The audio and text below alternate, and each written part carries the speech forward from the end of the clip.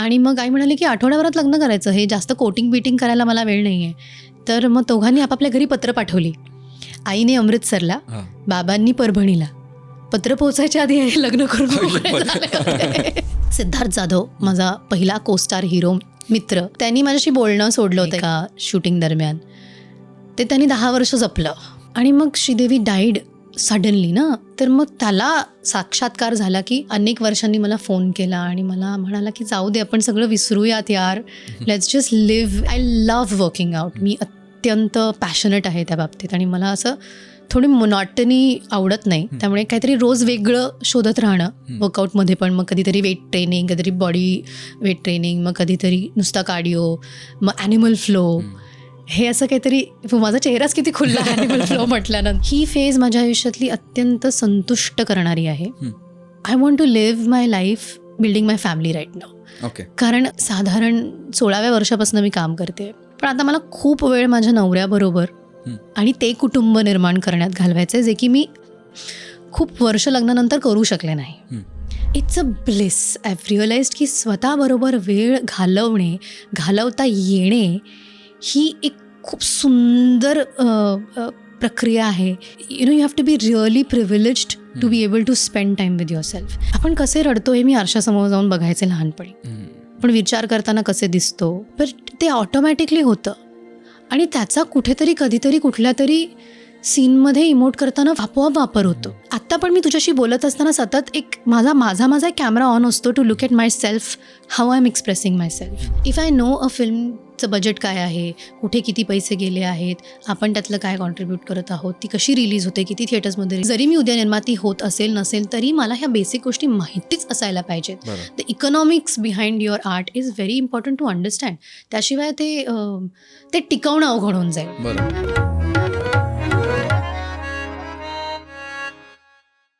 नमस्कार मंडळी, कसे आहात? आय होप तुम्ही मजेत असाल. वायफळ गप्पांच्या या नव्या कोऱ्या भागामध्ये मी सुयोग आणि प्राची तुमचं स्वागत करत आहोत.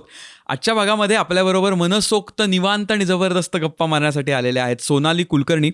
सोनालीबरोबरचं जे काही संभाषण आजच्या भागामध्ये झालेलं आहे ते एक वेगळ्याच लेवलचं कॉन्व्हर्सेशन आहे आणि त्याच्यात एवढ्या साऱ्या रिलेटेबल गोष्टी आहेत. त्यामुळे तुम्हाला हा भाग बघताना खूप मजा येणार आहे याची हमी मी तुम्हाला आत्ता देतो. हा भाग लगेचच लावणार आहोत, पण तत्पूर्वी तुम्ही जर का वायफळला सबस्क्राईब केलं नसेल तर का नाही केलेलं आहे सबस्क्राईब, असा प्रश्न तुम्हाला मी थेट विचारतो. कारण की तुम्ही हे भाग बघता, कमेंट करता, लाईक करता, शेअर करता, पण त्याच्यावर सबस्क्राईबचं जे खालचं बटन आहे ते दाबत नाही. तर पटकन खालती जा, सबस्क्राईबचं बटन दाबा, त्याच्या बाजूला बेल आयकन आहे ते दाबा, म्हणजे आम्ही जे काही तुमच्यासाठी बनवतोय ताजं गरमागरम ते तुमच्यापर्यंत येत राहील. वायफळ क्लब नावाची आपली एक्सक्लुझिव्ह कम्युनिटी आहे, जिकडे आपण क्लब मेंबर्स बरोबर बऱ्याच ॲक्टिव्हिटी करत असतो. उदाहरणार्थ रीड विथ वायफळ क्लब नावाचा आमचा जो उपक्रम आहे, त्याच्यामध्ये आम्ही सगळे ऑनलाईन एका कॉलवर येतो, आपापलं वाचन करतो आणि मग त्याच्याबद्दल डिस्कशन करतो. त्याचबरोबर वायफळ क्लब ओपन माईक हे जे आपलं सदर असतं, त्याच्यामध्ये सगळे आपले क्लब मेंबर्स असतात, ते विविध प्रकारच्या कला सादर करतात आणि ओपन माईकच्या दरम्यान आपल्याला बाकी सगळ्यांच्या कला बघता पण येतात. आणि जे काही आपण नवनवीन प्रयत्न करत असतो हे सादर करण्यासाठीचा सेफ झोन आपण इथे क्रिएट केलेला आहे. त्यामुळे तुम्हाला जर काय एक्सक्लुझिव्ह कम्युनिटीचा भाग व्हायचा असेल तर त्याचीही माहिती आपण डिस्क्रिप्शनमध्ये दिलेली आहे, तिकडे जाऊन तुम्ही रुजू होऊ शकता. वायफळ पत्रव्यवहाराचा भाग तुम्ही झाला नसाल तर तोही व्हा, म्हणजे मराठीतनं आम्ही जे ईमेल स्वरूपात पत्र पाठवतो ते तुम्हाला मिळतील. आणि वायफळ स्पेशल सुतारफेणी नावाचा आपला सगळ्या वयोगटातील लोकांसाठी जो म्युझिकल कॉमेडीचा जो कार्यक्रम आहे तो आता विविध ठिकाणी होऊ घातलेला आहे. त्याची माहिती खालती डिस्क्रिप्शनमध्ये दिलेली आहे, तिकडे जा आणि आपल्या पुढच्या कार्यक्रमाला या. आणि वायफळ गप्पा शोचेही नवीन प्रयोग जाहीर होणार आहेत, त्यामुळे खालच्या लिंकवर अपडेट मी नावाची सुद्धा एक लिंक दिलेली आहे, तिकडे जाऊन जर का तुम्ही तुमची माहिती दिलीत तर आम्ही तुमच्या इथे जेव्हा कार्यक्रम होणार असेल तेव्हा तुम्हाला लगेच अपडेट करून टाकू. एवढंच बोलतो आणि सुरुवात करतो आजच्या या वायफळ गप्पांच्या जबरदस्त भागाची with none other than Sonali Kulkarni. Let's go. Sonali, होय, वायफळ गप्पांवर तुझं स्वागत आहे. धन्यवाद. कसं वाटतंय? खूप जगदोजहद के बाद. हो, खरंय. अप्स अँड डाऊन्स आयुष्यात असतात. वा, कोणाच्या नसतात, कोणाला चुकलेत नाही, कोणालाच नाही. जगदोजहदला काय मराठी शब्द आहे किंवा टर्म आहे? मला तर बोलल्यावर भावला तो शब्द. आता मी शोधत बसणार नाहीये. नाही, मी आता हल्ली खूप त्या स्पेसमध्ये मला गंमत वाटते स्वतःचीच की मी मराठीतनं विचार करते आत्ता. गेली अगेन इनव्हॉलंटरीली ते सुरू झालं आहे, त्यामुळे कधीपासून सुरू झालं मला माहीत नाही, पण आता मी खूप मराठी पर्यायवाची शब्द निवडायचा, शोधायचा एक आपसूक प्रयत्न करत असते. तर मला आवडेल ॲक्च्युली. जगदोजहदला काय असेल मराठीत म्हणणं? जगदोजहद. It's a very nice way to say. जगदोजहद in itself Hindi Urdu स्पेसमधनं आलेलं आहे. तडजोड असू शकतं, पण तडजोड इज कॉम्प्रोमाइज. अच्छा. हां, आणि खूप अवघड जड वाटतं ना ऐकायला. हो. तडजोड तडजोड केली. बापरे. हां, जगदोजहद. कमेंट्समध्ये सांगूयात लोकांना. काय घेतलंय है ना? एंगेजमेंट. Natural engagement. स्पृहाला सांगूया. स्पृहा जगदोजहद. If you are watching it please tell us. तिला माहिती असेल. ऑफकोर्स माहिती असेल. आणि ती खूप असं एक कुठल्या तरी पुस्तकात मी पहिल्यांदा या शब्दाला Reference पण भेटले. देईल, हो. शब्द मला भेटला आणि मग त्याच्यावरनं ती मस्त ती खूप सुंदर बोलते. मला खूप आवडते ती. खरंय. जगदोजहद नंतर आपण आज इथे आलो. तुला Yes. कसं वाटतं या क्षणाला इथे? हिरवगार, ऑलिव्हज. छान वाटतंय. मी तुझं ऐकत पाहत आली आहे काही गोष्टी. आणि वायफळ स्पेसमध्ये मला एकंदरीतच राहायला खूप आवडतं, कारण की मी खूप फॅफ करते. ॲक्च्युली वायफळला इंग्लिश शब्द फॅफ आहे. अरे हो, हा खूप जास्त चांगला बसतोय. हां, त्यामुळे ते मला करायला खूप आवडतं. आणि आय एम क्वाईट क्युरियस. खरं तर मी खूप उत्सुक आहे समजून घ्यायला किंवा अराईव्ह व्हायला त्या पॉईंटला की आपण काय स्पेसमध्ये जाणार आहोत गप्पा मारता मारता. मला खूप जिज्ञासा आहे. वा, कुतूहल. चांगलं आहे, मस्त. चांगली. तू साडीचा तुझा रंग मला खूप आवडला. Thank you so much. तू एका आलीस मित्राने म्हटलं दिली green. आहे, ज्याच्या लग्नात त्याने मला ही दिली होती. ज्याच्या लग्नाला आता एक शतक पूर्ण झालं असेल कदाचित. हो. आणि मी त्याच्याशी तर बोलतच नाही. त्यांनी मला ब्लॉक केलंय. अरे अरे अरे अरे अरे. So sad. पण ती साडी आपण घातली, तू कदाचित कुठेतरी बघेल आणि वाटेल की अरे ही तर मी आय घातली. Miss you. हां, आय मिस यू. साडीवाले दादा. साडीवाले दादा, आय मिस यू. हे बघ, आयुष्य खूप छोटं आहे. कोण कधी कसं जाईल माहीत नाही. आपल्याला पुन्हा सॉरी ही म्हणायची वेळ मिळणार नाही, कदाचित संधी मिळणार नाही. So just realise this and unblock me and say hi. अशा बरेचसे मित्रमैत्रिणी असतात, त्यांनाही हा एक संदेश आहे ह्याच्या थ्रू, की जे हो काहीतरी यार. छोट्या कारणामुळे बोलणं थांबतं त्यांचं. हो त्यामुळे यार. मला हे सांगायला आवडेल. When Sridevi died, I am her biggest fan. But that helped me in a way की माझा एक अत्यंत जवळचा मित्र, म्हणजे हे खूप लोकांना आता माहिती आहे, बऱ्याच प्लॅटफॉर्म्सवर बऱ्याच इव्हेंट्समध्ये वगैरे हे आम्ही खूप जाहीरपणे बोललो आहे, कारण आम्ही दोघेही तसे निर्लज्ज आहोत. सिद्धार्थ जाधव, माझा पहिला कोस्टार हिरो मित्र, त्यांनी माझ्याशी बोलणं सोडलं होतं एका फालतू कारणामुळे एका शूटिंग दरम्यान. ते त्यांनी 10 वर्ष जपलं, टिकवलं, अबोला. आणि मग श्रीदेवी डाईड सडनली ना, तर मग त्याला साक्षात्कार झाला की असं कदाचित मी कधीतरी मेलो किंवा ती मेली तर आपल्याला संधीच नाही मिळणार एकमेकांशी बोलायला. मग त्यांनी अनेक वर्षांनी मला फोन केला आणि मला म्हणाला की जाऊ दे, आपण सगळं विसरूयात यार, let's just live and let's just leave.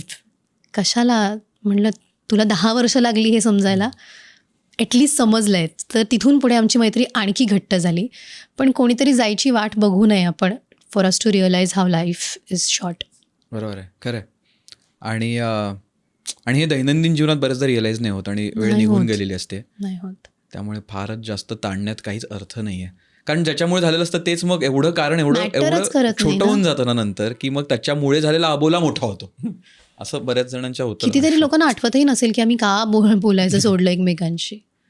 असं आहे. तर तुझं मॉर्निंग रुटीन काय असतं? बापरे, उठणे. And I am grateful for that. आता गेले काही दिवस मी लवकर उठतेस तू जनरली? नाही. जेव्हा जागेल तेव्हा? Depends on the work schedule, त्या दिवशीची काय कमिटमेंट आहे किंवा काय. पण मला जर का काहीच पुढे नसेल दिनक्रम माझा, तर मी आरामात उठते. शक्यतो मला असं आवडतं की मला की कुठल्याही अलार्मनी उठायची गरज पडू नये. जेव्हा छान नॅचरली जाग येते तेव्हा. पण I am not a morning person. मला एक 9-10 वगैरे वाजता उठायला आवडतं, which is fair. It's okay. कारण जेव्हा काम असतं तर उठतोच आपण लवकर, तेव्हा नाही 9-10 वाजता. अर्थात, म्हणजे शूटिंग वगैरे असताना 5, 6, 7 वगैरे असे काहीतरी विचित्र वेळा आमच्या असतातच, तेव्हा आम्ही काहीच कंट्रोल करू शकत नाही. पण जेव्हा आपल्या कंट्रोलमध्ये गोष्टी असतात तेव्हा मला निवांत उठायला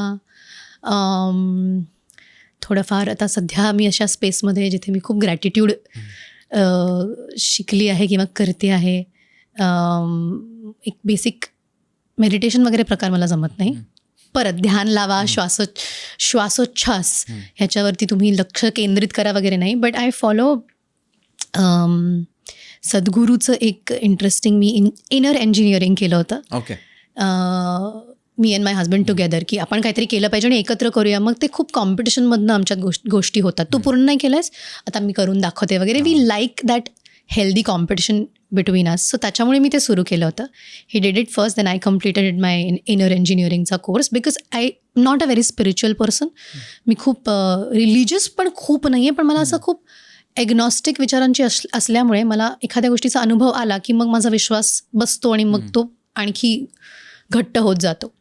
तर मला काहीतरी तुम्ही लॉजिकनी सांगा आणि मी ते स्वीकारायला तयार आहे. तर त्यातनं ते इनर इंजिनिअरिंग मी केलं आणि मला खरंच त्याचा बऱ्यापैकी फायदा झाला आहे. आणि त्यांनी ते नंतर सोडून दिलं कोर्स कंप्लीट करून डिग्री घेऊन, पण मी ते फॉलो करते. सो मला जर काहीच नसेल तर मला आवडतं की मग माझी कॉफी घ्यायच्या आधी मी छान एक 30 मिनटं वगैरे. हां, because it's pretty it's not like की तुम्ही आता काहीच विचार न करायचे प्रयत्न करा, जे नाही होत, जे खूप अवघड आहे. मला मेडिटेशन सांगितलं की मला नाही जमत, पण मी ट्रान्सेंडेंटल स्पेसमध्ये जाऊ शकते का? तर हो. मग माझ्या कलेतनं मी जाऊ शकते. जेव्हा इतर सगळं एक्झिस्टन्स वर्ल्ड गायब होतं आणि आपण मग कुठेतरी फक्त एका दिशेला काहीतरी विचार चालू असतात. हां, विचार शून्य ही स्टेटस मी अजून एकदाही अनुभवलेलं नाही आहे.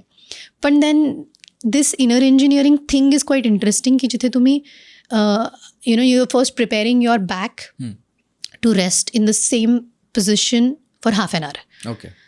आणि मग then you try to work on your at least control नाही तर मग तुम्ही तुमच्या ब्रिदिंगला तुम्ही त्याच्याबरोबर फ्लो करायला लागता. ते तुम्हाला हवं तसं वागलं नाही तर तुम्ही त्याच्याबरोबर फ्लो करायला लागता. आणि देन 2-3 एक्सरसाइजेस आहेत, ते मी करते. स्ट्रक्चर आहे, it's a structured because engineering concept असल्यामुळे.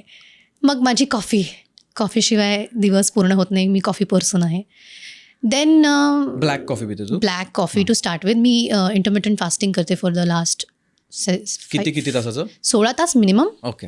पण मग कधी जेव्हा आपण ट्रॅव्हल करत असतो, शूटिंग करत असतो, तेव्हा मी ते कधी 18-19 तास होतात, जे शक्यतो होऊ नये. It's too much. पण I like to rest my body in the fasting space. की जिथे 8 तासात पण मग तू काही खाऊ शकते असं आहे तुझं, की त्याच्यातही तुझं आहे की हे प्रोटीनच हिट झालं पाहिजे? मला असं वाटलं नाही एवढं मी एकतर मी ते प्रोटीनचे फार मोजून मापून करत नाही. There was a time when specially एखाद्या फिल्मसाठी किंवा एखाद्या गोष्टीसाठी आपल्याला काही टार्गेट्स अचीव्ह करायचे असतील तेव्हा थोडंसं आपण कट डाऊन करतो ऑन द अननेसेसरी कार्ब्स. पण आय फील एकदमच कार्ब्स सोडले की मग मन एकदम दुःखी वगैरे होऊन जातं. कशाला एवढा स्वतःला त्रास द्यायचा ना? तो फास्टिंग करतोच आहोत आपण, वर्कआउट करतच आहोत, तर मग थोडंसं काहीतरी छान एखादं गोड खाल्लं ज्यानी मन तृप्त होत असेल तर मग why not give your self that little treat every day. बरोबर. सो मी त्या 8 तासांमध्ये शक्यतो हेल्दी खाते, पण मध्ये एखादा चारडो, एखादी भाकरी मला आवडतं ते थोडंसं आणायला. मस्त. तर कॉफी, मेडिटेशन झालं, म्हणजे मेडिटेशन नाही पण तुझं झालं स्वतःबरोबर वेळ घालवून शांत होणे, before the world takes over आणि before the social media addiction begins. त्याच्या आधी मला आवडतं की थोडं जर शक्यतो आपण हे करू शकलो, नॉट एव्हरी डे, मला रोज जमत नाही आणि रोज नियमाने करणं पॉसिबलच होत नाही, कारण काम असेल तर मग पटकन कॉफी पिया आणि देन स्टार्ट द रुटीन. तर फ्री दिवस आपला. आता कॉफी झाली, मग कॉफी नंतर काय उचलतेस वाचायला का नुसते चालते? फोन. मग कोण कुठे कसं कधी एक साधारण जगाचा आढावा घेतला की मग वर्कआउट किमान तासभर. इट्स लाईक वॉच बघून किती मिनटं आपण ब्रेक घेतलाय वगैरे, मध्ये स्टेप्स वगैरे काउंट करून वगैरे, किती कॅलरीज वगैरे बर्न करून. इट्स लाईक अ रुटीन जिथे मग आम्ही एकत्र, मी आणि नवरा जर एकत्र असू in the same space, then we kind of try to work out also together. If not मग मी शेअर करतो, मी आज इतक्या कॅलरीज बर्न केलेल्या आहेत, तुझं काय आहे बघू वगैरे, एक रिपोर्ट कार्ड सारखं. I love working out. मी अत्यंत पॅशनेट आहे त्या बाबतीत आणि मला असं थोडी मोनॉटनी आवडत नाही. त्यामुळे काहीतरी रोज वेगळं शोधत राहणं वर्कआउटमध्ये पण. मग कधीतरी वेट ट्रेनिंग, कधीतरी बॉडी वेट ट्रेनिंग, मग कधीतरी नुसता कार्डिओ, मग ॲनिमल फ्लो. हे असं काहीतरी, माझा चेहराच किती खुल्ला ॲनिमल फ्लो म्हटल्यानंतर. ॲनिमल फ्लो काय असतं? हां, प्राण्यांचे जे काही पोझिशन्स असतात किंवा ज्या पद्धतीने ते चालतात, धावतात, ते आपण करायचे प्रयत्न करायचे. So it's kind of body weight training only. Okay. But then ते तुमची फ्लेक्सिबिलिटी पण वाढवतं आणि इट मेक्स शुअर की तुम्ही अदरवाईज कसं आपण उभं राहूनच जास्त वर्कआउट करतो ना इन द वर्टिकल पोझिशन.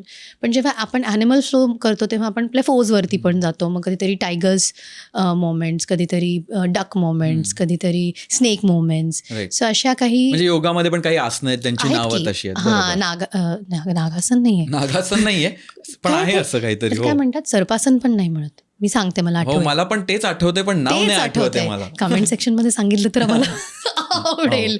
कोणतं आसन आहे ते कुठलं आहे सापासारखं? ते असं ते पण करतो. आता हवं आहे ना, आता ते अडकलंय तिथे. काहीतरी म्हणतात. येईल आहे थोड्या वेळात येईल. करेक्ट. सो योगा आणि ॲनिमल फ्लोमध्ये खूप फरक नाही आहे. पण योगामध्ये इतर पण गोष्टी आहेत. इथे फक्त आपण ॲनिमल फ्लोजच करतो आणि 45 मिनटं ते 1 तासावर वगैरे ते जाऊ शकतं. So it's quite interesting. मला प्रचंड आवडतं. ह्याच्यात सिमिलर प्राचीला सापडले काय? Bhujangasana. I want Prachi to be miked and Prachi now just be loud.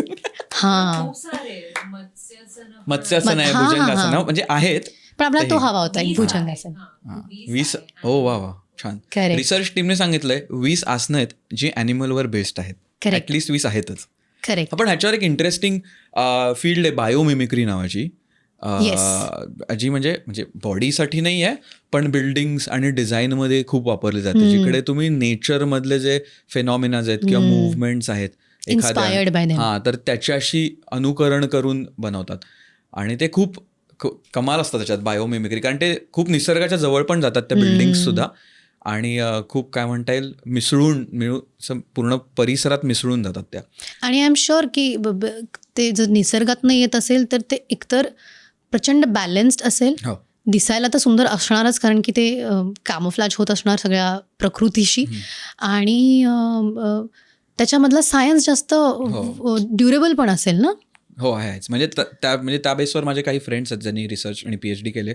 पण ते कमाल आहे. म्हणजे ते जेव्हा मी बघतो ना आणि काही नेटफ्लिक्सवर डॉक्युमेंटरीज पण आहेत आणि त्याच्यात त्यांनी दाखवलं की अख्खा प्रोडक्ट कणी ह्या पर्टिक्युलर ॲनिमलचा विचार करून त्यांनी बनवलं आणि कसं ते बनलं आणि ते खूपच बाप आहे. म्हणजे सिल्क वर्म जे आहेत ना आपले, सिल्कची साडी ज्याच्यातनं बनते, तर त्यांचा मेकॅनिझम वापरून त्यांनी बिल्डिंग स्ट्रक्चर कसं बनवता येईल विणत असे वगैरे प्रयोग केले बायोमिमिक्रीमध्ये. I can see this Eiffel tower.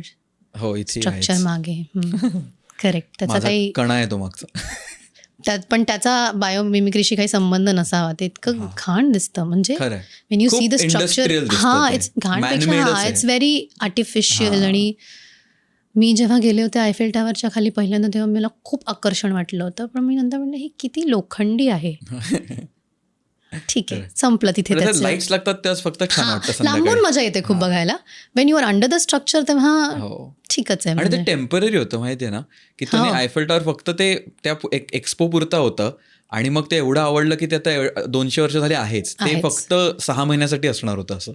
अच्छा, ते डिसमेंटल करायला पाहिजे म्हणून तसं बनवलं. म्हणून ते तितकं इंजिनिअरिंगली सोपं केलं असेल त्यांनी की हो ती पटकन काढू शकतो आपण.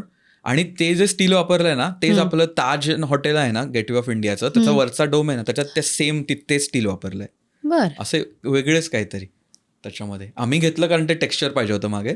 छान. मला वाटलं तुम्ही इंजिनिअरिंग बॅकग्राऊंडचे आहात. नाही, माझा आयुष्यातला पहिला व्लॉग मी आयफेल टॉवरच्या खाली चालू केलाय त्यामुळे तो एक वेगळा कनेक्ट आहे. स्पेशल. सांगितली नाहीये कधी ऍक्च्युअली. फ्रेश. किती छान. मला हे खूप आवडतंय की आपण कॉन्टेंट दिलं एकदम. हां, मी पण कशी फ्रेश आज पहिल्यांदा आपल्या पॉडकास्टवर आली आहे. क्या बात. तर असं तुझं मॉर्निंग रुटीन आहे. आयुष्यामध्ये ना आपल्याला काही ना काहीतरी आपले दरवेळी काही ना काहीतरी फेज चालू असतात ज्याच्याने आपण इन्स्पायर होतो आणि एक झोन असतो की आत्ता ह्यावेळी मी ह्या गोष्टीमुळे मला खूप एक्साइटमेंट आहे, हे मला अजून जाणून घ्यायचं आहे किंवा एक्सप्लोर करायचं आहे. आर्ट असेल तर एक्सप्लोर करायचं आहे किंवा कोणी फिलॉसॉफी किंवा कोणतं पुस्तक असेल तर त्याचा प्रभाव असतो आपला लगेचच त्याच्यावर. तर आत्ता तुझ्या आयुष्यात कशाचा इम्पॅक्ट आहे तुझ्यावर आत्ता ह्या फेजमध्ये? आत्ता माझ्या आयुष्यातली कोणती फेज चालू आहे, आपण कुठल्या एरामध्ये आहोत.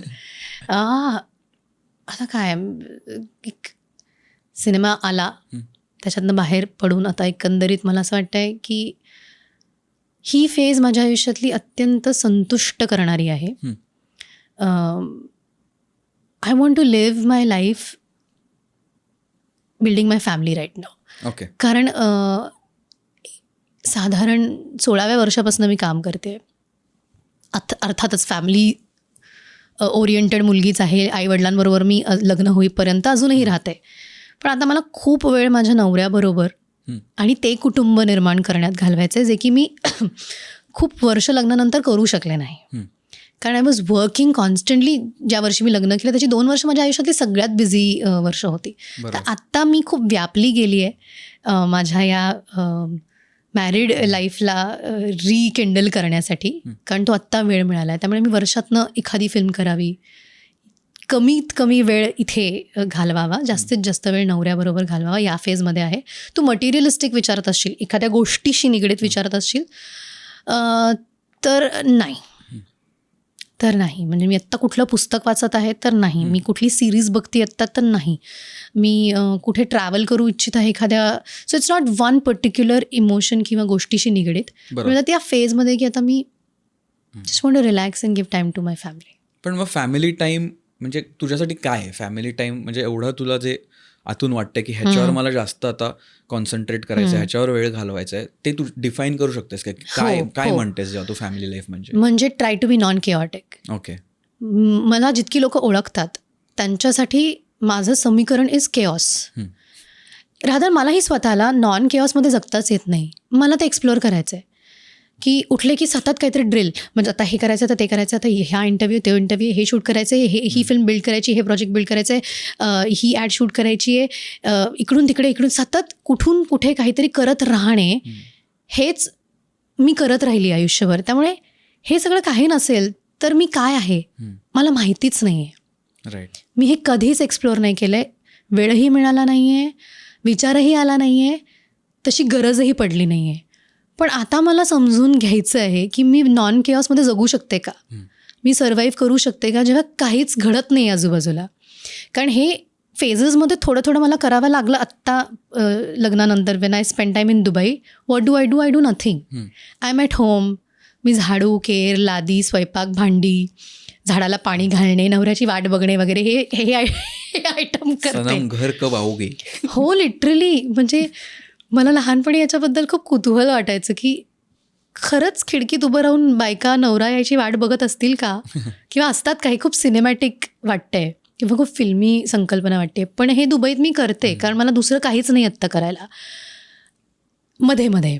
पण हे लॉंग टर्म करायचं असेल तर मला झेपणार आहे का? आय एम शुअर नाही झेपणार आहे. I am going to build something in Dubai. I want to. I am already researching की मी काय करू शकते. बरोबर. पण नॉन केऑस हे एक्झिस्टन्स मला जमणार आहे का, हे मला थोडंफार एक्सप्लोअर करायचं. आणि त्याच्यामुळे जर का मी थोडी स्थिरावू शकत असेल मानसिकरित्या तर मला हे हवं आहे. राईट. तर तो झोन आहे. हो. पण आय थिंक दुबईला असणं हे त्याच्यासाठी खूप हेल्पफुल आहे असं मला वाटतं. कारण मी बाहेर राहिलो आहे तर तिकडे समहाऊ अचानक वेळ असतो आपल्याकडे. कारण आपल्या ज्या 2 गोष्टींच्या मधला जो रिकामा वेळ असतो तो भारतात आपण, कारण आपले एवढे सोशल कनेक्ट्स असतात, मित्र मैत्रिणी, आपले कुटुंब, परत त्याच्यात आपल्याकडे उत्सव खूप असतात, विच इज अमेझिंग. म्हणजे मला मजा खूप येते. पण मी जेव्हा युरोपमध्ये गेलो तेव्हा मला कळलं की आपल्याकडे असतो वेळ, आणि मग आपण विचार करतो की ह्याच्यात मी काय करू, किंवा मी जस्ट पार्कला चालून आलो किंवा बसलोय मी फक्त. असा वेळ मला कितीही मी प्रयत्न केला ना ऍक्टिव्हली की आज मी नुसता जाणार नाही कॅफेत बसणार, होतच नाही माझ्या. मी भारतात कधी वॉकलाच नाही गेली आहे, कधीच नाही. म्हणजे ट्रेडमिलच फक्त. एकतर इन्फ्रास्ट्रक्चरच नाही आपल्याकडे. खरं. आणि आत्ता परवा मी डिस्कस करत होते माझ्या भावाबरोबर की we had an incident in the house की मग सगळ्यांनी थोडा वेळ व्यायामाकडे स्वतःकडे घालवावा, काय नाही तर निदान वॉक करावं. तर माय ब्रदर सेड की पण आत्ताच डॉक्टरांनी सांगितलं आहे की पुण्याची ही परिस्थिती, मुंबईची मला माहीत नाही, जर तुम्ही आउटडोअर वॉकला जात असाल तर 15 मिनिटापेक्षा जास्त चालू नका. कारण if you spend more time in that air is equal to the amount of damage that you do when you are smoking a cigarette. बापरे, ही परिस्थिती झाली आहे. Can you believe that? म्हणजे तुम्ही आता नुसतं चालायलाही बाहेर जास्त वेळ जाऊ शकत नाही, कारण प्रदूषण इतकं आहे की तुम्ही फायदा नाही नुकसान करून घेणार स्वतःचं एका विशिष्ट वेळ ड्युरेशनपेक्षा जास्त चाललात तर. कसं म्हणजे माणसांनी जगायचं? हे खूप भीतीदायक आहे. हे खूप भीतीदायक आहे. So coming back to the point की मी दुबईमध्ये छान मस्त चालायला जाते, हे मी भारतात फार करूच शकत नाही. वाचते, जे मी एरवी इंडियामध्ये असताना किंवा आपल्या व्यस्त कामांच्या मध्ये ट्रॅव्हलमध्ये जमतं. घरी बसून शांत पुस्तक वाचणे ही स्पेस निर्माण फार होत नाही जेव्हा आपण इथे असतो ना. आम्हाला इथे असं लावून करायला लागतं, नाहीतर नाही होत. हां, ट्रॅव्हल करताना आपण ते करतो सगळ्यात जास्त. किंवा मग स्वतःला सांगितलं की आज न्यू इयर रेझोल्युशन किंवा बर्थडे रेझोल्युशन आहे, तर पुढचे 20 दिवस हे पुस्तक वाचून काढूयात. किंवा आपण मघाशी आल्या डिस्कस करत होतो की आपल्या आयुष्यात आत्ता त्या पुस्तकाची वेळ आली आहे आणि ते जेव्हा होतं आपल्या हातात ते आलं की पॅशनेटली आपण ते एखादं पुस्तक संपवून घेण्यासाठी करतो. पण ती सवय म्हणून करण्यासाठीचा वेळ नाही फारसा मिळत. राईट, ते टफ आहे. ते टफ आहे. तर फॅमिली लाईफबद्दल तू बोलत होतेस आणि मला तुला असा प्रश्न विचारायचा होता की फॅमिली लाईफ किंवा एक बॅलन्स्ड फॅमिली लाईफ ह्याच्यासाठी रेफरन्स पॉईंट असतो की आपण कोणाचं तरी पाहिलेलं असतं. तर तुझ्या बाबतीत कदाचित तसा ते नसणार इक्वेशन, कारण बाबा तुझे जॉबसाठी आणि आर्मीमध्ये असल्यामुळे विविध ठिकाणी आणि तुम्ही बाकीचं कुटुंब एका ठिकाणी, असं तू लहानपणीपासून पाहिलंस. म्हणून मला ते विचारायचं होतं तुझा रेफरन्स पॉईंट आणि मग फॅमिली ते कसं. म्हणजे तुला माहिती आता तू बोलत असताना माझ्या हे इमिजिएटली लक्षात आलं की माझे आई बाबा सतत लॉंग डिस्टन्स मॅरेजमध्ये होते. जे मी आत्ता करतेय हे तेच आहे की आपण लहानपणापासून ज्या गोष्टीला डिस्पाईज करत असतो की हे आपल्याला नाही करायचं, हे मी नाही करणार आहे, तेच इव्हेंच्युअली आपण करतो. इट्स रिव्हर्स मॅनिफेस्टेशन है ना. When we keep telling ourself की I don't want to do this, मी हे कधीच करणार नाही, मी हे कधीच करणार नाही, तर कुठेतरी युनिव्हर्स फक्त काय करणार नाही आहे ते लक्षात ठेवतं आणि आपल्याला कदाचित ते करायला लावतं किंवा तशी वेळ येते. So it's happened with me quite coincidentally की मी आता अशा रिलेशनशिपमध्ये आहे किंवा मॅरेजमध्ये आहे विच इज लॉंग डिस्टन्स. तर पण तरीही माझ्या आईवडिलांनी म्हणजे माझ्यासाठी खूप म्हणजे लग्न संस्थेवरती विश्वास अजूनही असणे, आजूबाजूला तशी फार उदाहरणं नसताना, त्याचं कारणच हे की मी माझ्या आईबाबांना ह्या सगळ्या परिस्थितीतनं सुद्धा ते टिकवताना पाहिलेलं आहे. आणि दॅट गिव्स मी इन्स्पिरेशन की you know in spite of all of this हे करू शकले आहेत. आणि आत्ता खूप मला त्यांना एकत्र बघायला फार मजा येते. म्हणजे एक असा काळ होता जेव्हा बाबा रिटायरमेंट घेणार होते आणि आईने रिटायरमेंट घेतली होती नटरंग आल्यानंतर. आई म्हणाली आता मी माझं करून झालं आहे, आता मी तुझ्याबरोबर हे अर्थात तिने खूप कष्ट घेतले माझ्या करिअरसाठी. आई सुद्धा सेंट्रल ऑर्डिनन्स डेपोमध्ये होती जी मशिनरी पुरवते आर्मी आणि डिफेन्स सिस्टमला, पण सिव्हिलियन बिकॉज ते त्याचं रेकॉर्ड्स ठेवण्याचं काम, टाईप रायटिंग करणे, फिरतीचा जॉब नाही, ॲडमिनिस्ट्रेटिव्ह काम एकाच ठिकाणी एकाच डेपोमध्ये ते लोक करायचे किंवा अजूनही करतात. पण आता सरकारी नोकऱ्या खूप कमी झाल्यात, आता ते कमिशन झालंय, एजन्सी झाल्यात आता मध्ये. पण माझी आई त्या काळात करत होती जेव्हा ज्याचं ते अजूनही पेन्शन घेत आहेत. आता जी लोक काम करतात त्यांना नाही मिळणार आहे. Anyway, so that's another topic. पण त्यामुळे ती स्थैर्य टिकवण्यासाठी आणि तिची नोकरी आणि आम्हा मुलांना, मला आणि माझ्या भावाला सतत प्रवास करणे, सतत घर बदलत राहणे आणि त्यातनं होणारा जो त्रास आहे तो होऊ नये म्हणून तिने ठरवलं की मग बाबांनी तो प्रवास करावा आणि आम्ही निदान one side of the family should be stable. त्याच्याबद्दल माझं दुमत आहे. म्हणजे कदाचित मी ते वेगळ्या पद्धतीने केलं असतं. खंत थोडीशी हीच आहे की बाबांबरोबर जास्ती वेळ घालवला असता आणि ती ठिकाणं पाहिली असती, त्या प्रांतामध्ये नॉर्थ ईस्टमध्ये वगैरे राहायची संधी मिळाली असती.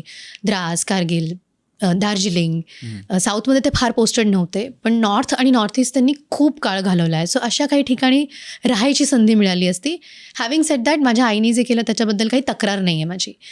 पण म्हणून त्यांनी एकमेकांपासून खूप लांब वेळ घालवला. म्हणजे सुट्टीवर ते जेव्हा यायचे तेव्हाच त्यांचा संसार जो होता तो तेवढाच होता.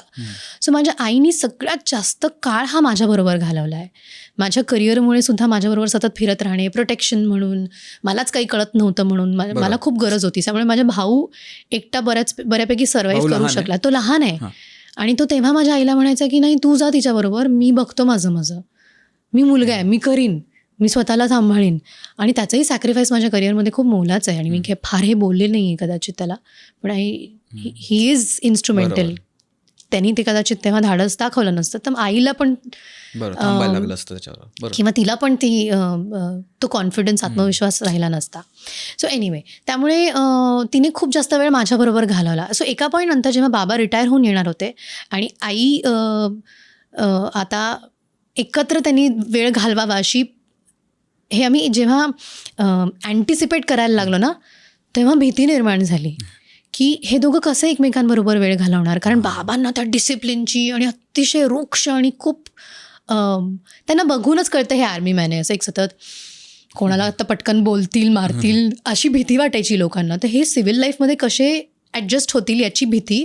दुसरं मला ही भीती होती की आता मग पुढे एका पॉईंटनंतर मी लग्न करणार आणि मी जाणार, भलेही ते मग दुसऱ्या देशात नाही गेले, which is the worst that you can imagine, जरी घर सोडून जाणार आणि ही माझी आई माझ्याशिवाय कशी जगणार आहे याची मला भीती होती की हिला सवयच नाही आहे. आणि to make her use to it, मी हळूहळू मुंबईत जेव्हा मला स्वतःला पण एकटं राहायची हिंमत निर्माण झाली, तेव्हा मी तिला म्हटलं की आता नाही, तू नाही आलीस तरी चालेल, मी बघते, मी करते. मग तू काय करणार, स्वयंपाक कसं करणार, हे करते ना मी. Give me the space to be independent. मी प्रयत्न करीन, नाही जमणार 2-3 वेळेला, बाहेरून ऑर्डर करीन, मित्रमैत्रिणीकडे जेवायला जाईन, पण मला करू तर दे. त्याच्यात स्वार्थ असं होतं की तिला पण मला ती सवय लावणं गरजेचं होतं की आता मी नसणार आहे आणि तुला ते तुझं करायचं आहे आणि तुझ्या नवऱ्याबरोबर करायचं आहे. मग एका पॉईंटनंतर ती ऐकायला तयार नव्हती. मग I had to be very firm and rude की त्या नवऱ्याबरोबर राहा ना, आता माझ्याबरोबर नको राहूस.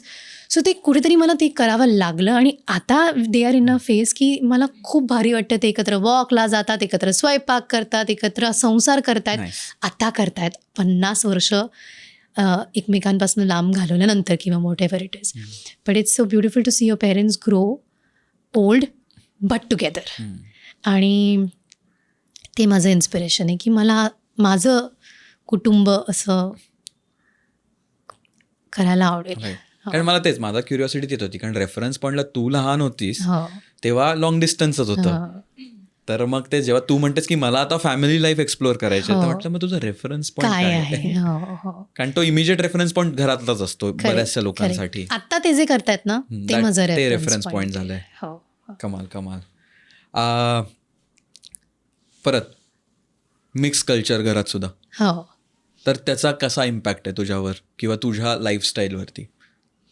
मला असं वाटतं त्याच्यामुळे खूप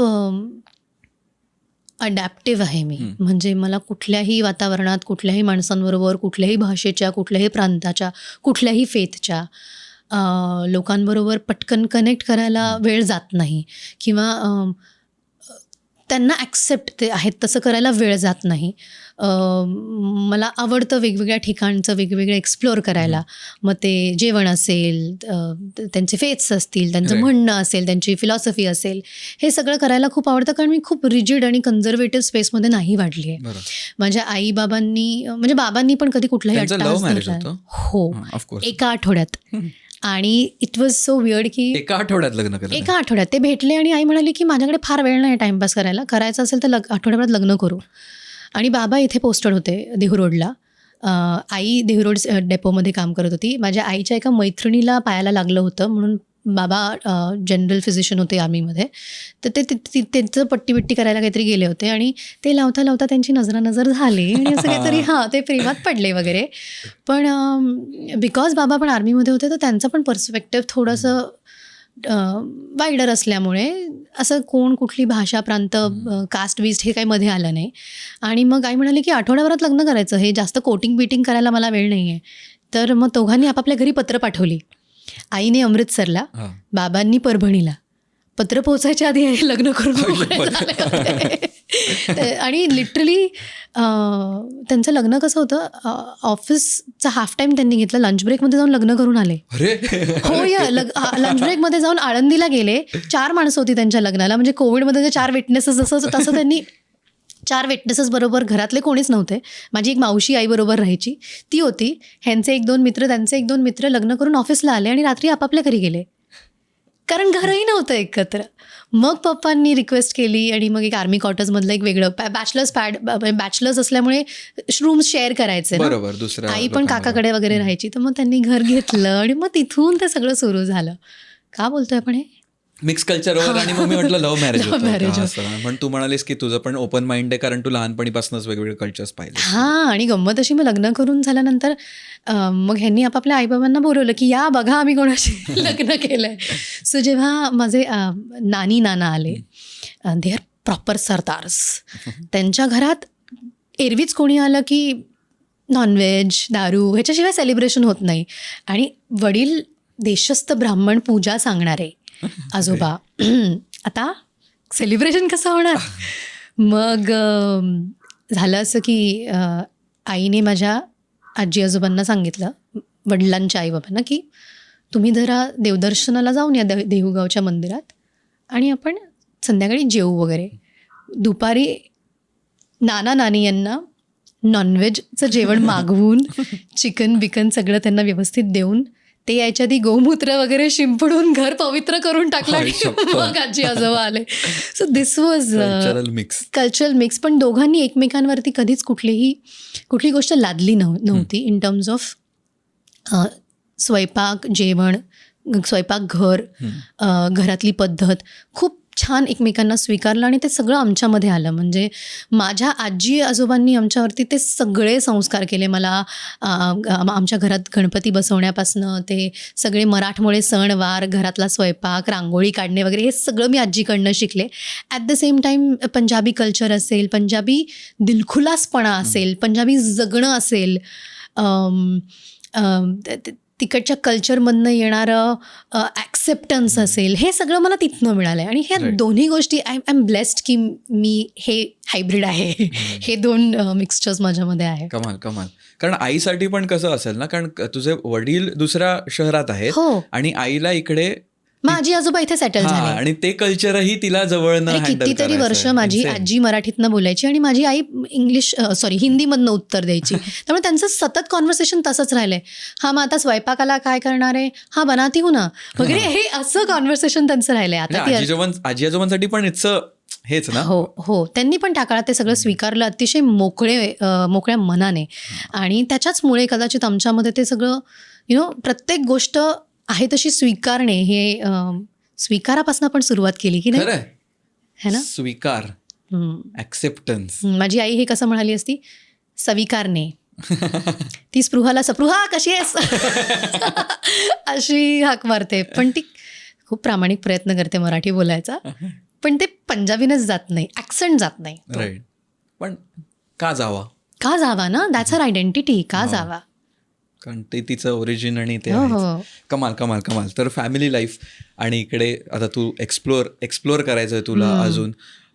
पण तुला तुझाच स्वतःबरोबर जेव्हा वेळ घालवायचा असतो तेव्हा कोणत्या ॲक्टिव्हिटीज तुला करायला आवडतात किंवा काय तुला एक्सप्लोअर करायला आवडतं? तुला माहिती आहे, मी खूप घाबरायचे एकटं झोपायला, एकटं जेवायला आणि घरात एकटं राहायला. मी तुला म्हणते ती जी फेज होती जेव्हा मी आईला मुंबईत जेव्हा आली, मुंबईत आधीपासूनच होतो, पण आई माझ्याबरोबर राहायची. पप्पा पण रिटायर झाल्यानंतर पुण्यामध्ये अतुल बरोबर, माझ्या भावाबरोबर राहायचे आणि माझी कामं असताना मी आणि आई मुंबईत राहायचो. परत विभागलेलंच असायचं सगळं. सो मला ते असं होतं की बास, इनफ ऑफ दिस, ॲटलिस्ट तू तुझ्या नवऱ्याबरोबर वेळ घालव. म्हणून मला एकटं राहायची वेळ आली. आणि पहिले काही महिने मला इतकी भीती वाटायची की मला एकटं झोपायचं आहे माझ्याच घरात. माझंच घर आहे, मी घेतलेलं आहे, सगळं मान्य, पण एकटं मी झोपलेच नव्हते कधी. आई सतत दुसऱ्या खोलीत असायचीच. तर मला पहिले काही दिवस स्वतःबरोबर वेळ घालवायचा आहे याच्या भीतीनेच गुदमरायला झालं होतं की मग मी एकटी जेवू कशी. मला एकटं जेवता येत नव्हतं. मी बऱ्याच मग व्हिडिओ कॉल लावून मी जेवते, माझ्याशी बोल, 4 लोकांना फोन करणे, मग उठल्यानंतर ह्या भिंत्यांकडे कसं. It's actually and now after almost I think 4 years it's a bliss. I have realised की स्वतःबरोबर वेळ घालवता येणे ही एक खूप सुंदर प्रक्रिया आहे. ही खूप सुंदर you have to be really privileged to be able to spend time with yourself. आणि हे जर तुम्हाला जमलं ना तर मग एक वेगळा आनंद आहे. पण ह्याची भीती टू आनंदापर्यंतचा प्रवास खूप मोठा होता. आता जेव्हा मी एकटी असते तेव्हा मला छान कधीतरी कॉफी बनवते मी, त्याच्यात वेळ घालवायला आवडतं. पहिले केटल ऑन केलं, पटकन कॉफी, पटकन हे सगळं. आता प्रत्येकामधली स्पेस प्रत्येक गोष्टीला लागणारा वेळ, कांदा शिजायला जितका वेळ लागतो तितका वेळ मी आता उभी राहू शकते आणि मस्त तो मसाला शिजेपर्यंत करू शकते. पूर्वी मला इन्स्टंट सगळ्या गोष्टी कराव्या लागायच्या, बिकॉज मला की हे पटकन नाही मी करून खाल्लं तर मला माहीत नाही.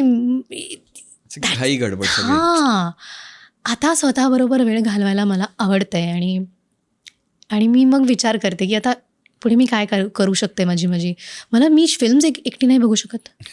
मी आजही नाही फिल्म थिएटरला एकटं जाणं ही कॉन्सेप्टच नाही आहे. 3-4 लोक, घरचे, मित्र, मैत्रिणी कोणीतरी पाहिजे. पण माझ्या नवऱ्याला बघून मला हेवा वाटतो. He goes to watch concerts on his own. एकटा तो कॉन्सर्टला जातो. आत्ता तो कुठे गेला होता, कुठल्या त्या देशात जिथला विजाच मला अजून मिळालेला नाही आहे. स्वीडनमधल्या कुठल्या, I tell you the city, it's very expensive.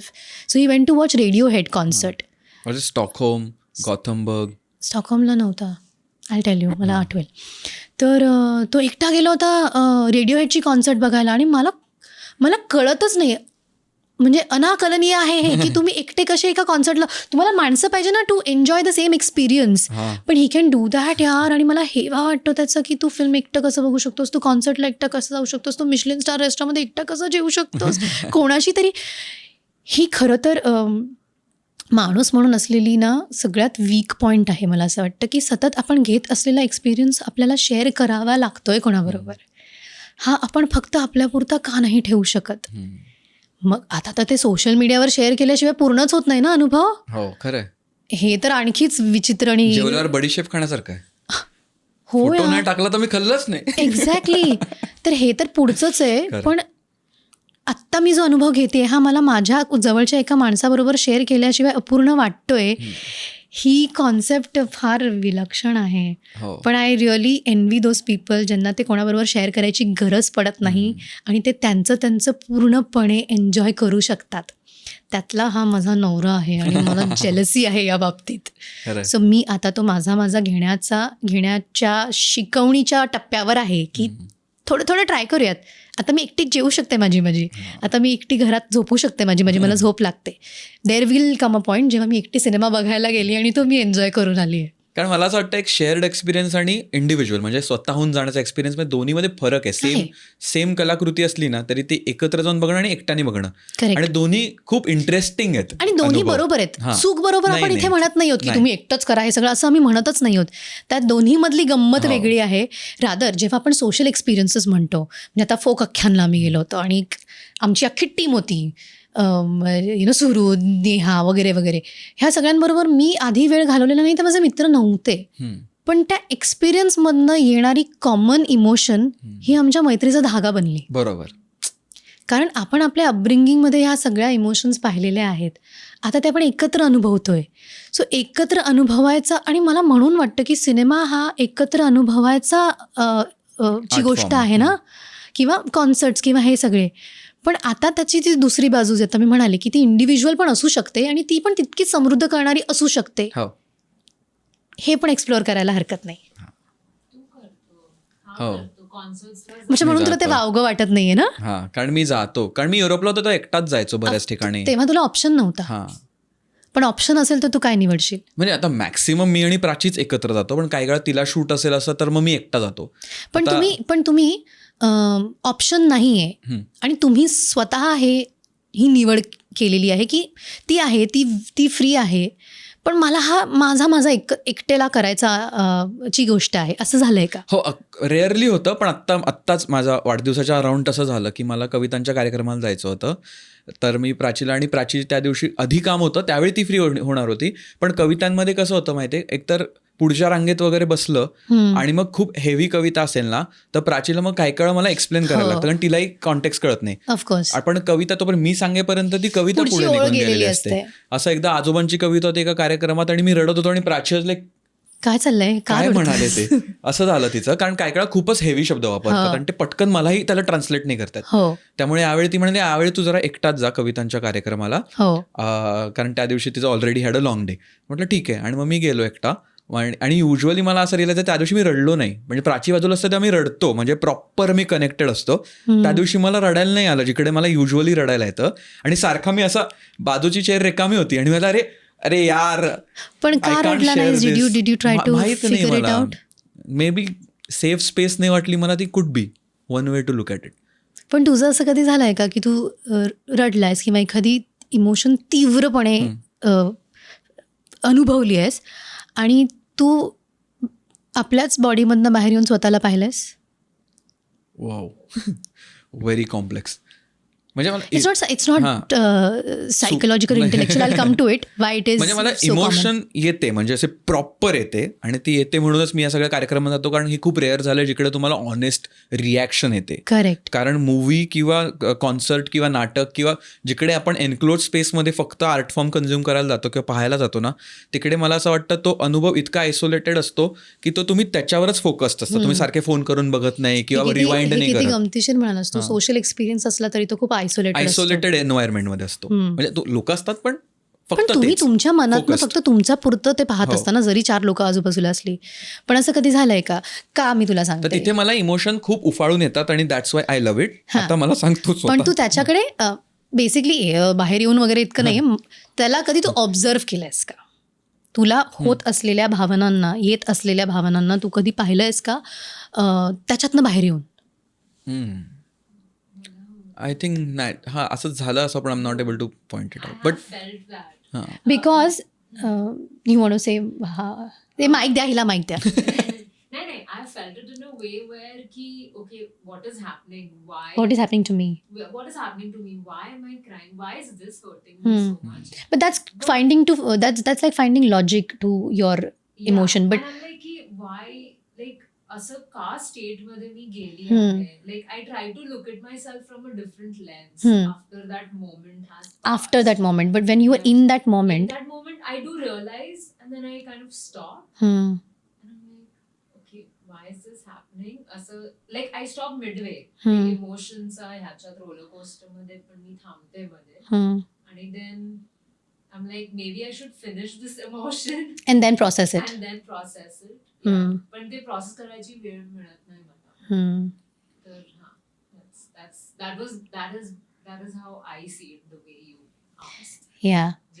So where I'm coming to is हे कदाचित आम्ही ॲक्टर्स लोकच खूप जास्त करतो, ही स्पीशी आमची. मी अगदी लहानपणापासून हे इनव्हॉलंटरीली करत आलेली आहे. आपल्या आय थिंक पॉडकास्टचे काही 2-3 ठरलेले शब्द आहेत, त्याच्या आजूबाजूला पण खूप फिरतोय. थीम येते आता. इनव्हॉलंटरीली स्वीकारणे. इनव्हॉलंटरीला काय मराठी शब्द आहे? व्हॉलंटियर म्हणजे काय असतात? आपल्या नकळत.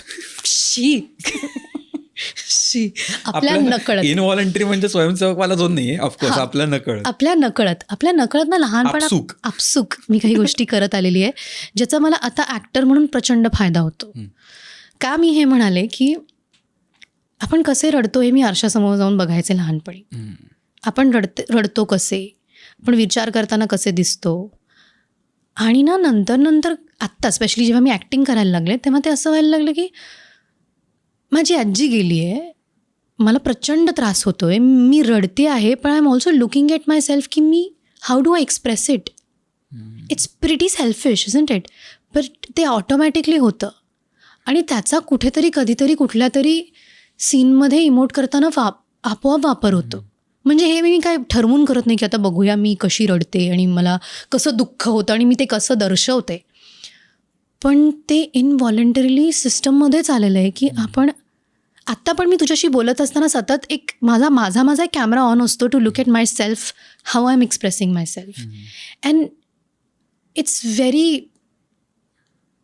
There, it's always there. तो एक कॅमेरा सतत ऑन असतो जो सतत स्वतःला टिपत असतो.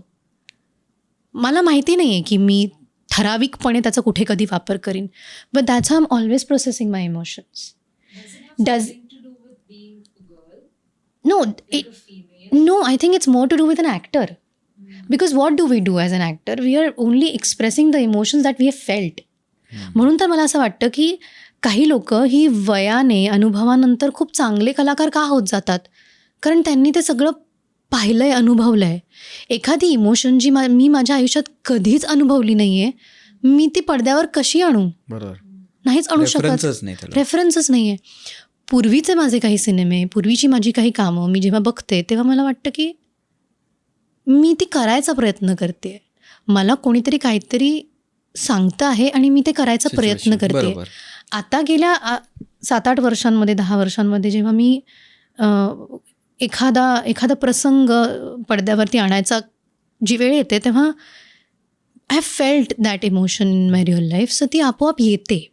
त्याच्यासाठी काही करावं लागत नाही प्रोसेस. म्हणजे आय स्टील रिमेंबर मितवा नावाच्या एका चित्रपटाच्या शूटिंगच्या दरम्यान एक सीन होता ज्याच्यात it was a one shot आणि चर्चमध्ये खूप काय काय काय काय घडलं आहे. स्वप्नील जोशीचं पात्र मला येऊन सांगतो की त्याच्याकडनं चूक झाली. तो माझ्या आय डोंट नो तुम्ही पाहिलं आहे कोणी? मी तुला नाही ठीक आहे, पाहिलं मी. हरकत नाही. Doesn't matter. It's not about the content, it's about the process behind the scene. आणि मग तो मला खूप काय काय सांगतो आणि मी ते सगळं ऐकून घेते आणि मला खूप भरून येत आहे, पण मी I am not busting out yet. मग मी बाहेर येत आणि कॅमेरा क्रेनवर आहे आणि तो अख्खा वन शॉट आहे आणि मग मी चालते तिकडनं, त्याचं सगळं ऐकून घेते शांतपणे. चालते बाहेर येते आणि बाहेर येऊन चर्चच्या एका भिंतीला येऊन उभी राहते आणि then I break down. So ती इमोशन मी कॅरी केलेली आहे ते पूर्ण वॉकमध्ये आणि there comes a point when I break down. आणि ते कट करून वेगळं नव्हतंच करायचं, ते एकत्रच करायचं होतं. तर मला तेव्हा कुठल्या तरी एका माझ्या आयुष्यातल्या प्रसंगाचा आधार घ्यावा लागला. बरोबर. की मी त्या वॉकमध्ये मग मी माझ्या आयुष्यात अत्यंत जवळची एक व्यक्ती खूप रिसेंटली गमावली होती, who died very unexpectedly. So I had to think about her and what I felt at that moment. ते सगळं मी माझं कॅरी करत तिकडे आले आणि when I actually saw her body for the first time, तेव्हा मला जे झालं ते मी रिलिव्ह करायचा प्रयत्न केला आणि I busted out to a point की फिल्म सीन कट झाला, पॅकअप झालं, लोक घरी गेली आणि तरी I couldn't stop crying. So अशा कुबड्यांचा तेव्हा आधार घ्यावा लागायचा. आता जेव्हा मी एखाद्या प्रसंगाला सामोरी जाते फॉर कॅमेरा, तेव्हा मी माझी कुठली जुने आयुष्यातले खऱ्या आयुष्यात घडलेल्या गोष्टींचा आधार नाही घेत, गरज नाही पडत. कारण आता मी जर आता सारिका आहे जी व्यक्तिरेखा मी साकारते, तर मी ती सारिका म्हणूनच त्या प्रसंगाकडे पाहते आणि मग सारिकाला होत असलेला त्रास तो तिचा असतो, तो सोनालीचा नसतो, तो कॅरी फॉरवर्ड होत नाही. तो ह्याला जो एक काही काळांचा, काही वर्षांचा प्रॅक्टिस पण नाही, माणूस म्हणून तुम्ही जसे घडत जाता ते तुमच्या कलाकृतीमध्ये उतरतं ना. राईट. तुम्ही ते वेगळं कसं करणार? Your art form is an expression of yourself, your own true self. In the beginning of your career, it can be inspired. But eventually it becomes your own. बरोबर. And it has to. नाहीतर मग काय? जेव्हा ते होत नाही तेव्हा ती कला संपते तुमची, म्हणून ती पुढे जात नाही पुढच्या टप्प्याला. ते अनुकरण राहतं फक्त. अनुकरणच राहतं. आणि मग म्हणून काही कलाकार बघ पुढे एका टप्प्याच्या जातच नसतात. सॅच्युरेशन येतं आणि त्यांचं करिअर संपतं किंवा ते transit in to something else. बरोबर. ते find something else that gives them more passion. पण काही लोक सातत्याने अनेक वर्ष ते का करत राहतात, कसे करत राहतात? कारण त्यातनं ते पुढे जात वेगळे वेगळे टप्पे शोधायला लागतात. बरोबर है ना? हे किती गमतीशीर आहे. इन्स्पायर्ड आर्ट जेव्हा पर्सनल तुमची इंडिव्हिज्युअल होते, to attain that you have to keep doing it for so many years आणि अत्यंत प्रामाणिकपणे. हे खूप गमतीशीर आहे. मला आता खूप असं घाईवरून आलं हे बोलताना. आता हेच जसं तुझं कामाची पद्धत इव्हॉल्व्ह होत गेली, तसं आपण जसं माणूस म्हणून इव्हॉल्व्ह होतो तशी कामाची पद्धत इव्हॉल्व्ह होते. तर मग आज तू जेव्हा एखाद्या प्रोजेक्टकडे बघतेस किंवा एखाद्या कामाकडे बघतेस, तर त्याचे तुझे लावायचे फिल्टर्स सुद्धा बदलले असतील, जे सुरुवातीला वेगळे होते. तर त्याच्याबद्दल सांग ना, की ते काय फिल्टर्स असतात किंवा तुला काय आत्ताच्या घडीला जास्त करायला आवडते किंवा एक्सप्लोअर करायला आवडतंय? कामाच्या बाबतीत, चित्रपटांच्या बाबतीत, कारण ते माझं कामाचं माध्यम आहे सगळ्यात ठळक. बाकी इतर ॲड्स, इव्हेंट्स ह्या गोष्टी पेरिफेरियल आहेत. पण चित्रपटाच्या बाबतीत मला कायम असं आत्ता वाटायला लागलं आहे की एखादी गोष्ट जर मला चॅलेंज करत नसेल तर मला त्यातनं गंमत फार मिळत नाही. आणि अर्थात म्हणजे त्याचाही भाग आहे की बऱ्यापैकी आता मी कामं केली आहेत. म्हणजे मी 17-18 वर्ष त्या इंडस्ट्रीमध्ये काम करते आहे. सो ते जे टिपिकल असतात की हिरोईन ओरिएंटेड आहे, 4 सीन्स आहे, 2 गाणे आहे वगैरे, हे सगळं करून झालं आहे. So now what is it that is challenging me? Audience म्हणून ही गोष्ट मला बघायला आवडेल का? ही गोष्ट मला इंटरेस्टिंग वाटते आहे का from the other point of view? म्हणजे त्याच्यात काम करणे वगैरे हा वेगळा प्रकार आहेच आहे. मग ती मला ॲक्टर म्हणून किती चॅलेंजिंग आहे, मला किती चॅलेंज करते आहे, मी हे अनुभवलं आहे का, मी ही गोष्ट बघितली आहे का, मी अशा गोष्टीचा भाग राहिली आहे का? मग कोण माणसं ते बनवत आहेत, ते अत्यंत महत्त्वाचे काही निकष आहेत. कारण बऱ्याचदा काय होतं, आम्ही प्रचंड मेहनत करतो, प्रचंड प्रामाणिकपणे ती गोष्ट करतो, पण ती समोरच येत नाही लोकांच्या. मग मी थोडी माझ्या पर्सनल टेलिव्हिजनच्या व्ह्यूइंगसाठी तो सगळा अट्टहास केला आहे. At the end of the day ती गोष्ट त्याच्या पूर्णत्वाला नेणारी केपेबल माणसं नसतील तर त्याला काही अर्थ उरत नाही. त्यामुळे मग कोण माणसं आहेत इन्वॉल्ड आणि मग ते कशा पद्धतीने लोकांपर्यंत पोहोचवणार आहे, ह्या सगळ्या गोष्टी पण मॅटर करतात at the end of the day. So अशा काही निकषांवरती मग मी ठरवते की ऑल्सो आता मी I am spending a lot of time away from my work, तर मग it has to be absolutely worth it की मी ते सगळं सोडून इथे आली आहे ह्या गोष्टीसाठी. तर ती गोष्ट तितकी वर्थ मला वाटली पाहिजे in terms of transactional, not money wise पण एक्सपिरियन्स वाईज. बरोबर. ऑल्सो काय होतं ना, आम्ही 20-25 दिवस शूटिंगचे असतील, त्याच्या आधीचं प्रेपचे काही दिवस असतात आणि मग त्याच्यानंतर पोस्टचे आणि मग रिलीजचे. सो काहीही म्हणा, एक 3-4 महिने त्या एखाद्या कलाकृतीसाठी जातातच. ते 3-4 महिने जर का मला घालवायचे असतील त्या गोष्टीमध्ये, तर ती मला तितकी देणारी वाटली पाहिजे. म्हणजे मग मला वेळ घालवणे इज नॉट अ प्रॉब्लेम त्या गोष्टीबरोबर, पण is it gratifying enough in terms of त्या माणसांबरोबर 4 महिने घालवायचे, ते जर माझ्या डोक्यात जाणारे असतील, त्यांच्याबरोबर वाईब मॅच नसेल करत, तर ते ट्रान्सलेट पण होत नाही त्या कामामध्ये. सो अशा काही बेसिक मूलभूत गरजा आहेत, त्याच्या बेसिसवर मी ठरवू शकतेस. बरोबर. आणि ॲक्टिंग आणि हे काम झालंच, मेन काम, ते सोडून तुला अजून काय एक्सप्लोअर करायला आवडेल प्रोफेशनली? मला आता कारण फॅमिली लाईफ झालं आपलं, करेक्ट, पर्यायाने किंवा वॉट एव्हर. मी आता दुबईत असल्यामुळे, दुबई हे एक असं एमिरेट आहे, शहर आहे, जिथे जगातले सगळे व्यवसाय, उद्योग, धंदे, माणसं, ऑपॉर्च्युनिटीज आहेत जे मला एक्सप्लोअर करायला आवडेल in terms of media only. म्हणजे असं नाही होणार आहे की मी उद्या रिअल एस्टेटमध्येच गेले, जे की सगळ्यात मोठं व्यवसायाचं साधन आहे दुबईमध्ये आणि त्याच्यात भरपूर पैसे आहेत. अशी काही मंडळी आपल्या क्षेत्रातली सुद्धा त्याच्यामध्ये आता आहेत, ज्यांनी फुलसे बोटॉक्स करून वेगळेच दिसतात आणि ते तिथे जाऊन वेगळा व्यवसाय करतात आणि खूप पैसे कमवतात. नथिंग अगेन्स्ट इट, पण मला नाही वाटत, I am not passionate enough for a different profession all together. पण एंटरटेनमेंट, मीडिया, फिल्म्स याच्याशी निगडीत दुबईमध्ये मला नक्कीच एक्सप्लोअर करायचं आहे आणि येत्या 6-8 महिन्यांमध्ये मी ते डेफिनेटली करीन असं मला वाटतं आहे. ऑल्सो तिथे प्रचंड मोठा मराठी वर्ग आहे, 2 मराठी मंडळं आहेत, खूप मोठी मराठी कम्युनिटी आहे. तर आपल्या मराठी कम्युनिटीसाठी तिथे राहून मला काहीतरी नक्कीच लेगसी ओरिएंटेड करायला आवडेल इन टर्म्स ऑफ एखादी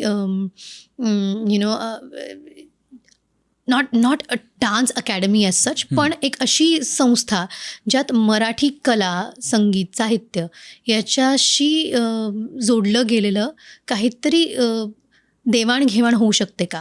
तिथे आपली खूप मराठी मुलं आहेत जी शाळांमध्ये शिकत आहेत, ब्रिटिश स्कूल, अमेरिकन स्कूल्समध्ये.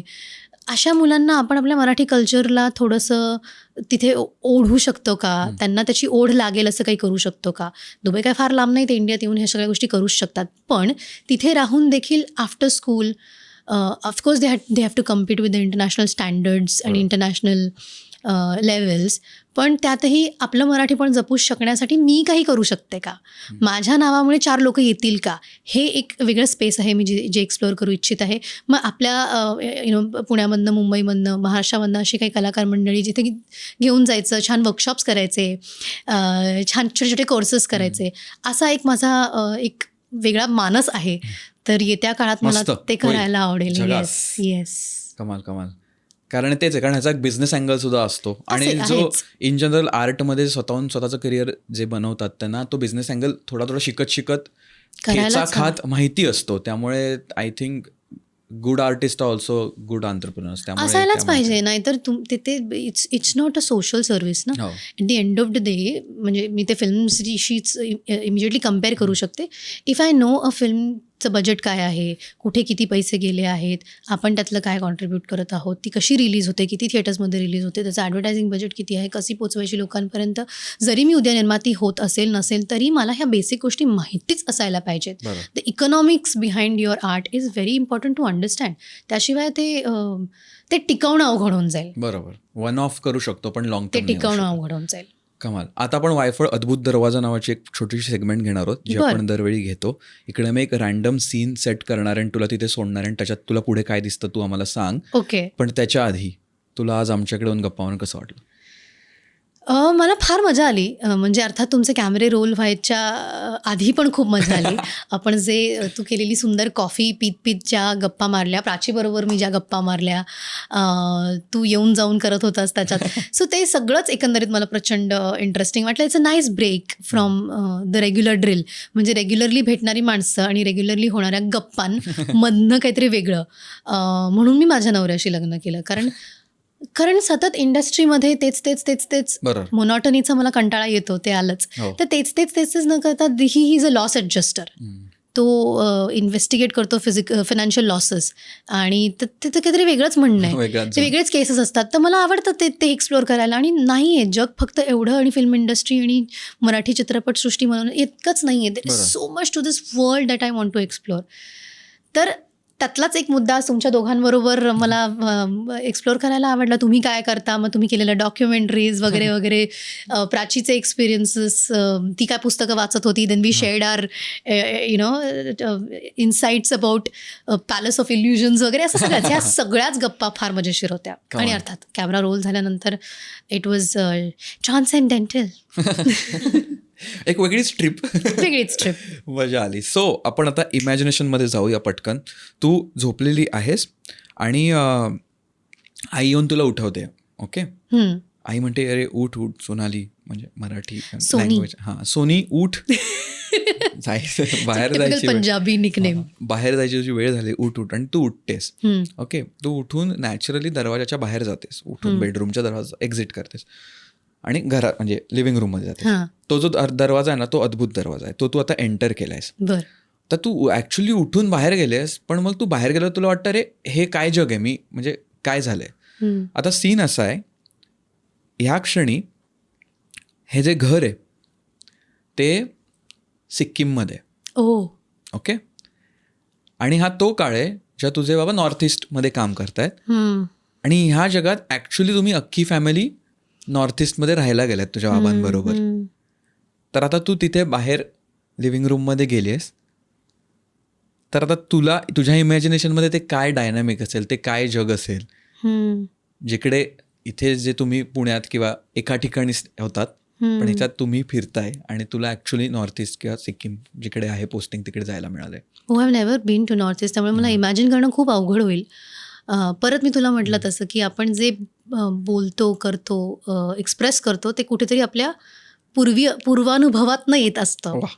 तर हे मी कधीच अनुभवलेलं नाही आहे. मी नॉर्थ ईस्टला कधीच गेलेली नसल्यामुळे मला हे सगळंच काल्पनिक उभं करावं लागणार आहे. मग असं म्हणून हा तुझा डे 1 आहे, त्यामुळे तुझं फॅसिनेशन सेम आहे की हा मला माहित नाही बाहेर काय आहे. तर तू काय बघायची तुला इच्छा असेल. Dad was posted in north east, it was peaceful. Piece posting होती ती, कारण त्या काळात सगळ्यात जास्त कॉन्फ्लिक्ट होतं हे JNK बॉर्डरवरती होतं. त्यामुळे तिथे पीस पोस्टिंग असल्यामुळे